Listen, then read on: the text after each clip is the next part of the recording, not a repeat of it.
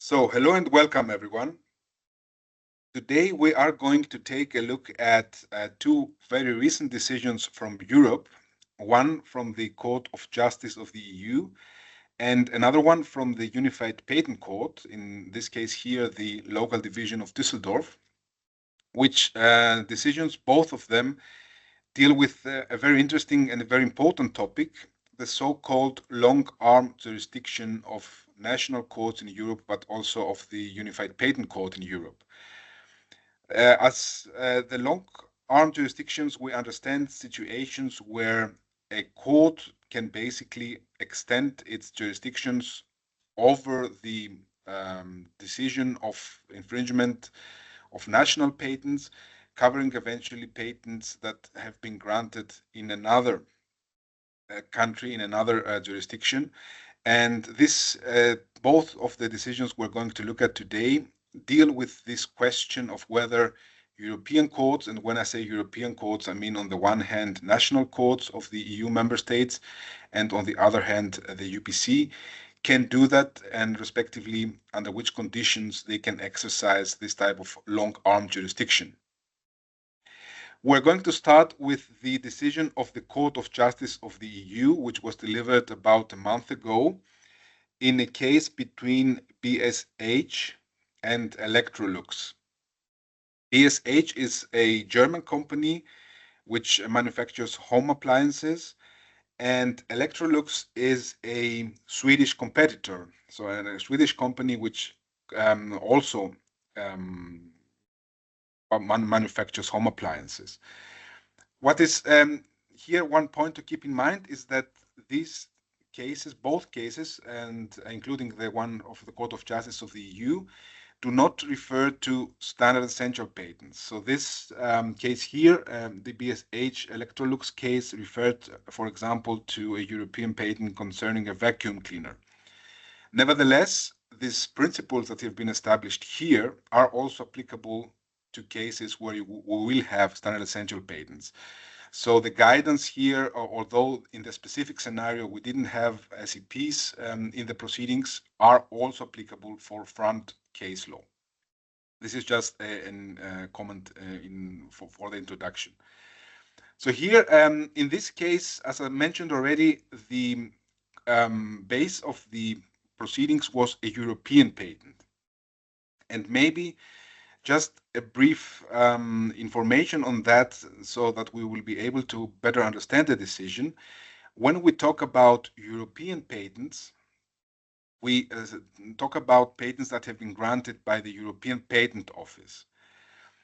The European Patent Office is an international organization, but not an EU organization, meaning that all the EU member states are also part of the EPO, but there are other countries as well, non-EU countries, that are part of the EPO. So this is one piece of information that is interesting to understand the cases here. So we have a patent that has been granted by the EPO, a European patent, which covers eventually countries also outside of the European Union, which are part of the EPO.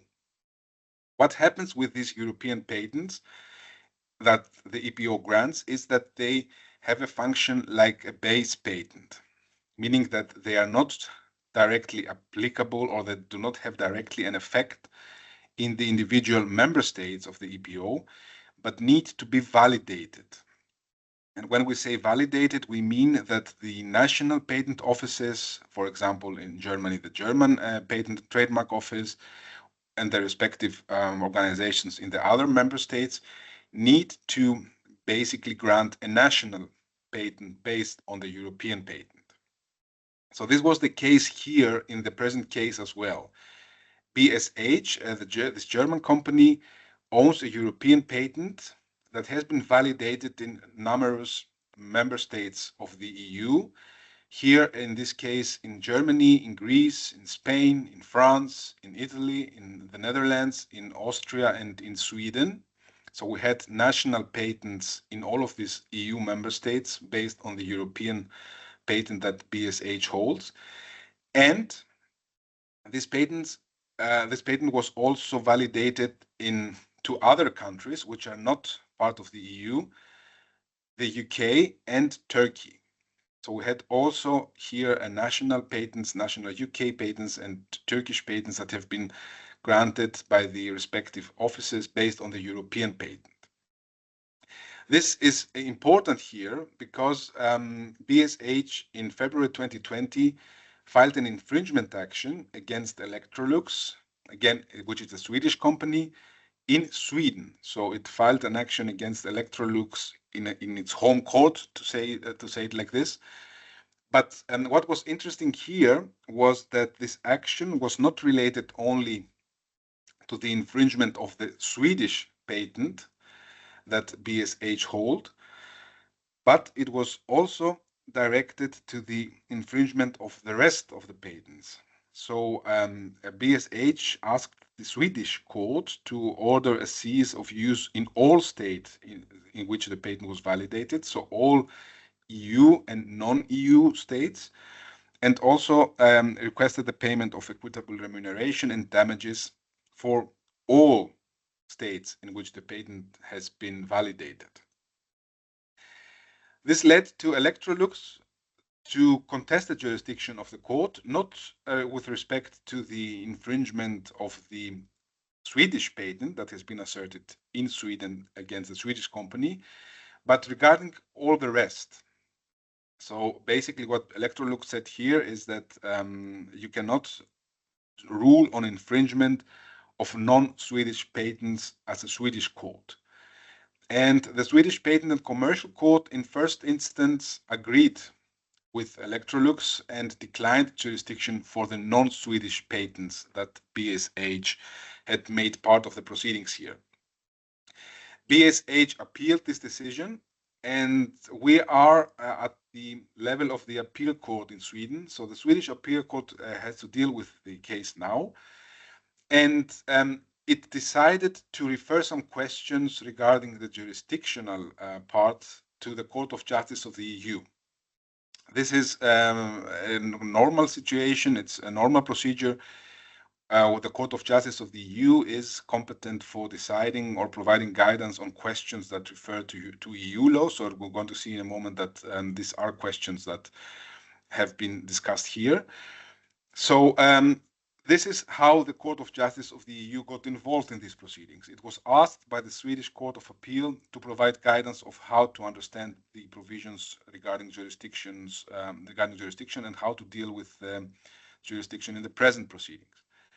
And with this decision here from the 25th of February this year, the Court of Justice of the EU confirmed jurisdiction regarding BSH claims, which means now that the case will need to be decided by the Swedish Appeal Court, and on the merits we are not there yet, but regarding the jurisdictional issue, we have now some stable guidance from the Court of Justice of the EU regarding this type of long-arm jurisdictions, as we mentioned in the beginning.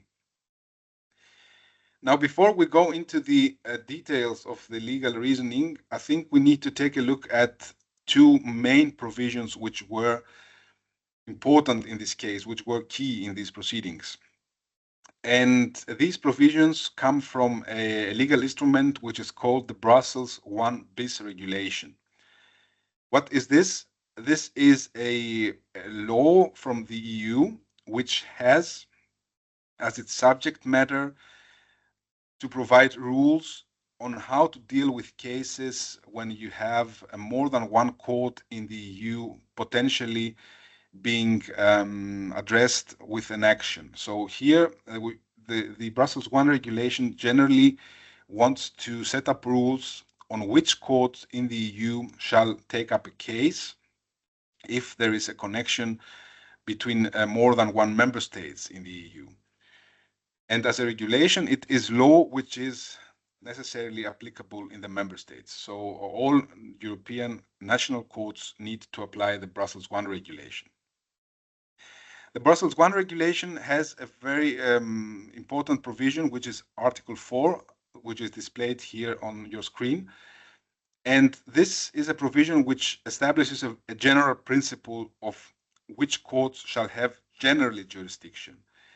And this is the court in which the defendant is domiciled. So this is basically codifying a principle which is known to other procedural laws as well, which in principle says you need to follow the defendant. So you need to file a case where the defendant is domiciled. Domiciled means when we're talking about companies, the place where the company has been founded, basically. So here, this is the principle. Article 4 says that persons domiciled in a member state shall, whatever the nationality, be sued in the courts of that member state. In our case, this would mean that Electrolux, which is a Swedish company, should be sued in Sweden, so before the Swedish courts. And this is what happened here. So insofar, there doesn't seem to be a problem with the jurisdiction of the Swedish courts. But then we have to also take a look at this provision here, which is Article 24. And what does Article 24 do? There are other provisions as well, but what Article 24 does is to create a so-called exclusive jurisdiction. What does this mean? Exclusive jurisdiction means that for specific disputes, for a specific type of disputes, you have an exception from this general rule that the courts in the defendant's domicile should be the ones taking up the case. And you establish a jurisdiction, the exclusive jurisdiction of other courts, depending on which is the specific issue at in dispute in the specific proceedings. This means that in these cases, when you have these requirements fulfilled, the courts which are being addressed by these provisions must take up the case. So you cannot go to another court. This means exclusive jurisdiction. In this case, these courts that are being determined here in this provision, Article 24, are the only that are competent. Of course, this means that any other court is not competent. And here the question was, does this Article 24 basically stand into the way of the jurisdiction of the Swedish courts that has been established based on Article 4 that we have seen before, on this general principle that a company should be sued in the member state in which it has its base. We have here a very relevant provision for our cases. It's 24.4 of the Brussels 1 bis regulation, which says basically that the courts in a member state in which a intellectual property right, it's not only about patents, but other intellectual property rights as well, has been registered or has been granted, have the exclusive jurisdiction in relation with proceedings regarding the registration or validity. And this applies also with respect to European patents that we mentioned before. In this case, the courts in the member state in which the European patent has been validated has the exclusive jurisdiction with respect to the registration and validity of the patent. So this would eventually mean here that for the patents that are not Swedish, there is no jurisdiction of the Swedish courts, because as far as the registration and validity of the national patents is concerned, the respective courts, national courts in the member state, have exclusive jurisdictions, are the only ones that can decide this case. So this was the part of the dispute here. Is this article, is this special provision giving exclusive jurisdiction to the courts of the member state where the patent has been granted applicable here, and does it stand in the way of the general jurisdiction of Swedish courts that has been established due to the fact that Electrolux has its base in Sweden? So the court in Sweden, the Swedish Appeal Court, provided two or three questions to the Court of Justice of the EU, looking exactly at that. And this is actually the questions that the court addressed to the Court of Justice of the EU. So the first question is, do we have jurisdiction over the infringement of a patent granted in another member state when the validity is challenged? And this is an interplay between the two things that we have seen before. So we have seen that we have basically jurisdiction on in the seat of the defendant, but when we have discussions, or let's say a defense which questions the validity of a patent that has been granted in another member state, does this jurisdiction still stand, or does it not stand, and the action needs to be dismissed? The Court of Justice of the EU started here by saying, basically, you have to look at Article 24 and look at what the provision says. And the court made clear that Article 24 prevents any court to assume jurisdiction over patent validity if the patent is a patent granted in another member state or in another third state. We're going to see that in a moment as well. And this means that also if the validity or the invalidity is raised as a defense in the infringement trial, the court must dismiss jurisdiction as far as validity is concerned. So here in our context, this would mean that if in the proceedings brought by BSH, there was a question over the validity of the patents that have been granted outside of Sweden, all of the other national patents that we've seen before, the German patents, the Italian patents, the UK patents, the Turkish patents, etc., then insofar the court has no jurisdiction, and it's not only that it has no jurisdiction, it is obliged to dismiss the jurisdiction. Since under the Brussels I regulation, keep that in mind because it plays, we will see that in a moment again, but there is no possibility to refer the case to the court that would be competent. So here, even if the Swedish courts would say, I'm not competent for the validity of the German patents or the Italian patents, they cannot move the case to Italy or to Germany. They have to dismiss the case. So this is something that the Court of Justice clarified here. As far as we have jurisdiction, as far as we have patent validity in the proceedings, the court in Sweden cannot take up the case. However, the court said Article 24, if you read this carefully, does not concern patent infringement actions. So the exclusive jurisdiction which this provision creates refers only to the part of the dispute concerning registration and validity. And in the eyes of the CJEU, this is something different when compared to infringement. So registration and validity looks more on, let's say, the existence of the patent, the scope of the patent, but not on the infringement questions.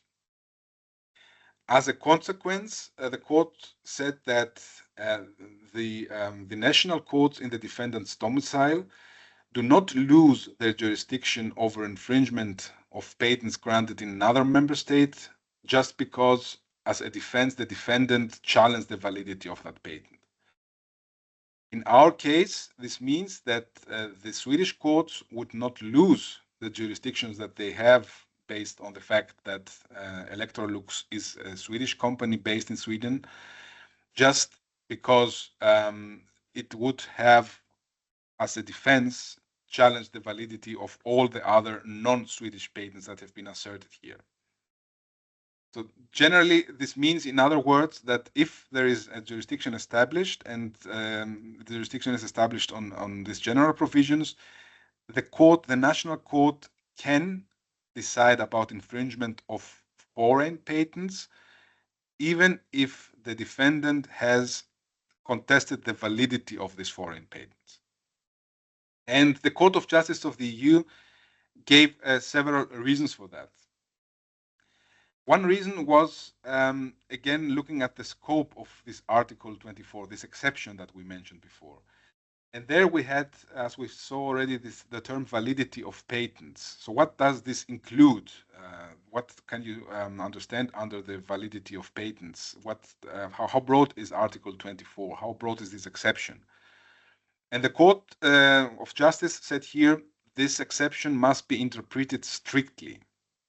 And this is a general principle of law, because what you do have here is an exception of a general rule, which is the one that Article 4 establishes, that you basically follow the defendant to its home forum. And therefore, you need to be cautious of how you interpret this exception. It should not be broader than its actual cause is. So in general, you should be looking at this thing with a narrow perspective. And the court explained more why this is the case. It said, well, if you would basically allow an invalidity challenge to destroy the jurisdiction that the court has established otherwise, then the general rule in Article 4, so the default setting would apply only in the cases where you have no invalidity defense raised in the proceedings. And since the invalidity defense is raised frequently in patent infringement cases, what you would have at the end of the day would be that in most patent infringement cases, the exception of Article 24 would become the rule. So this, in the eyes of the CGEU, would not be compatible with the spirit of this provision and what Article 24 establishes, which is just an exception, so not a rule. Then the court also mentioned another angle, which I think is also interesting here, saying that a reason for not jeopardizing the jurisdiction that the court has established based on the general provisions is legal certainty. So you would jeopardize legal certainty if a court which otherwise can decide a case would lose its jurisdiction when the defendant raises an invalidity defense. Because generally, the rules on jurisdiction should be highly predictable in the eyes of the Court of Justice of the EU, meaning that you should, as a claimant, be pretty confident that the forum that you have chosen, that the court that you have chosen is also the right one. It is also going to be the one that will decide the case. And this allowing the court to lose jurisdiction when an invalidity defense is raised in the proceeding would not be really helpful with respect to legal certainty. So there would be, on the contrary, an uncertainty here of whether the court will actually keep the case and decide the case. So this was an important aspect in the eyes of the CGEU as well. And the court also noted here what we mentioned before, that the effects under the Brussels I regulation regime, as we have discussed already, would be very, very interesting, because if the court would then be forced to deny jurisdiction if an invalidity defense is raised, then the consequence of that would be that the case is going to be dismissed. So we don't have a referral.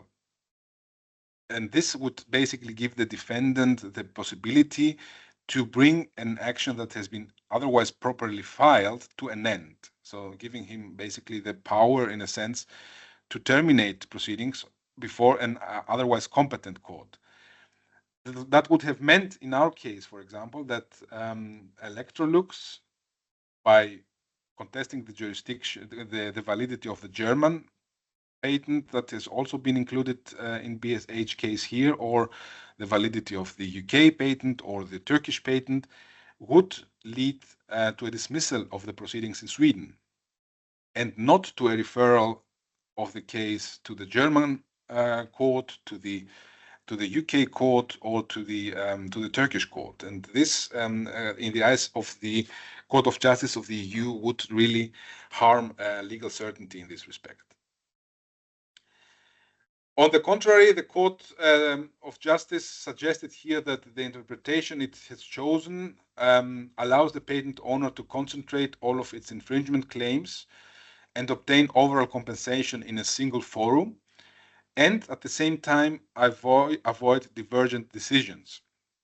This is an argument which is more directed into, let's say, efficiency considerations and what we call sometimes procedural economy, basically saying that if you allow the courts to assume jurisdictions in these cases also over the infringement of foreign patents, you make the proceedings more efficient, because you get one decision by one court which covers all of the patents, and on the other hand, you avoid potentially different decisions on more or less the same patent that could come if different courts would assume the case.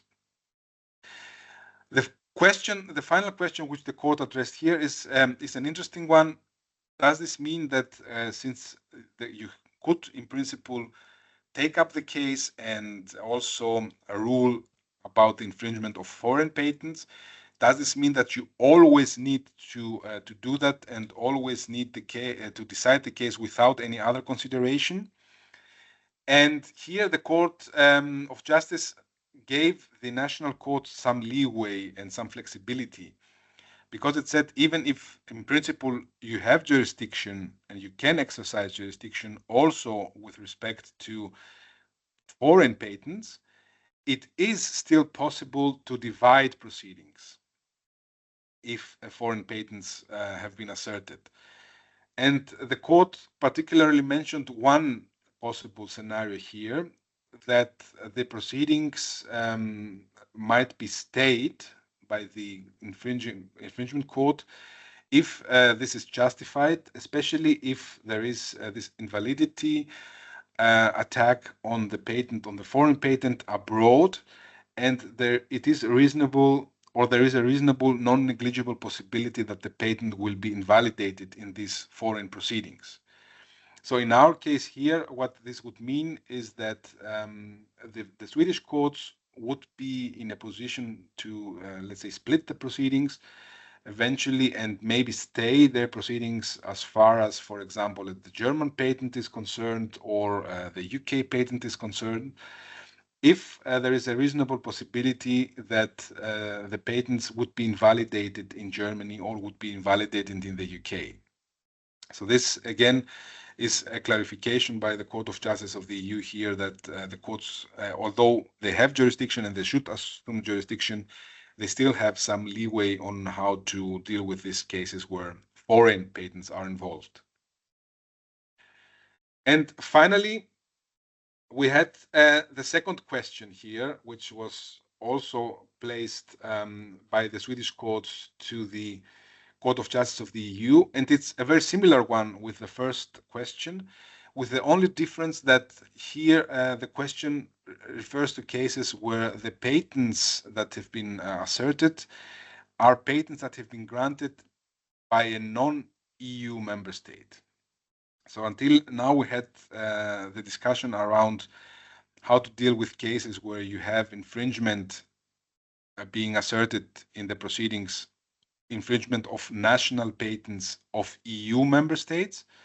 But what happens if you do that with respect to patents that have been granted in non-EU member states? Again, here just the clarification based on a European patent, however. So we're still here with European patents. But we have the situation that these European patents, as I mentioned before, can be granted also in non-EU member states. And in our case here, it's definitely the UK and Turkey, for example.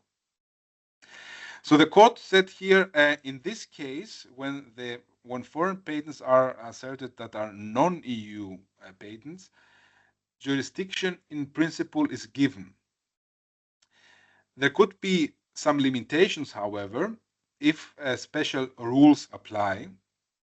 And in this context, the court made clear that these special rules cannot be Article 24 of the Brussels I regulation. This is the exclusive jurisdiction, this exception that the Brussels I regulation has established for the validity of patents, for cases that refer to the validity of patents. The court said Brussels I regulation is not applicable when we are looking at third states, so this is not applicable at all. But nevertheless, you could have similar provisions as Article 24, which grant exclusive jurisdictions to the court of another state, which need to be taken into account. And the court mentioned here, as an example, the Lugano Convention, which is basically an international treaty that has the same rules as the Brussels I regulation, but here the relation between EU and the EFTA states is being regulated, which are Switzerland, Norway, and Iceland. And you could also have bilateral treaties. So bilateral treaties, for example, you could have a treaty between Sweden and Turkey, which rules on how jurisdiction between the courts of the two states should be shared. And there you could have eventually also provisions about exclusive jurisdictions that need to be taken into account by a European court. Here, in the present case, the court did not mention any specific bilateral treaties, but it asked the Swedish appeal court to take a look at that and confirm that no such agreements are there. But apart from that, the court also said you could also have limitations of assuming jurisdiction for the infringement of third state or of non-EU patents, also based on general international law, and especially the principle of non-interference. This is similar to the principle of comity that we have seen in the past being discussed also in respect to front cases.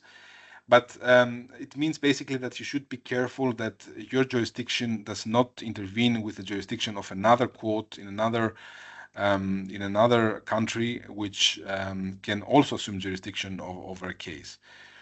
So this is again a limitation that should be taken into account.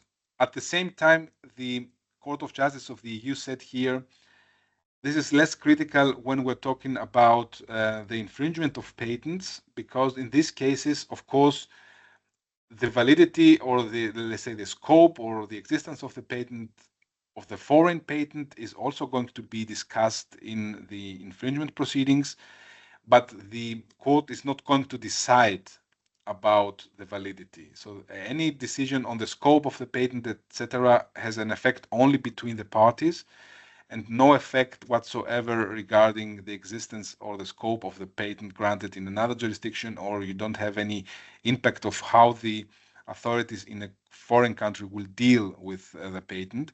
So that's why this principle of non-interference is not really, there's not a very high risk to violate that. In our case, for example, the decision of the court as far as the infringement of the non-Swedish patents would be are affected, would only have an effect between BSH and Electrolux. So if the court, for example, the Swedish court found infringement or found that the German patent is not infringed because it is invalid, this would not invalidate the German patent. Just here for clarification. So what is meant by that? That there is therefore not much of a risk that the decision that the Swedish court would deliver would change the status of the German patent, because it would have an effect only between the two parties of the proceeding here. So generally, this was the decision here. I think the key takeaway regarding both of the questions that we have seen is that the European courts, the national courts in Europe, will have the jurisdiction to decide about infringement of patents that are not granted in their own jurisdiction, in their own country. And these are patents that have been granted in another EU member state, but also in a third country. And this jurisdiction will, in principle, not be endangered or will not fall away if the invalidation of the non-national patents has been asserted in the proceedings. So the courts will be able to assume their case and go on with their case, even if the foreign patents have been attacked and the validity of the foreign patents have been attacked otherwise.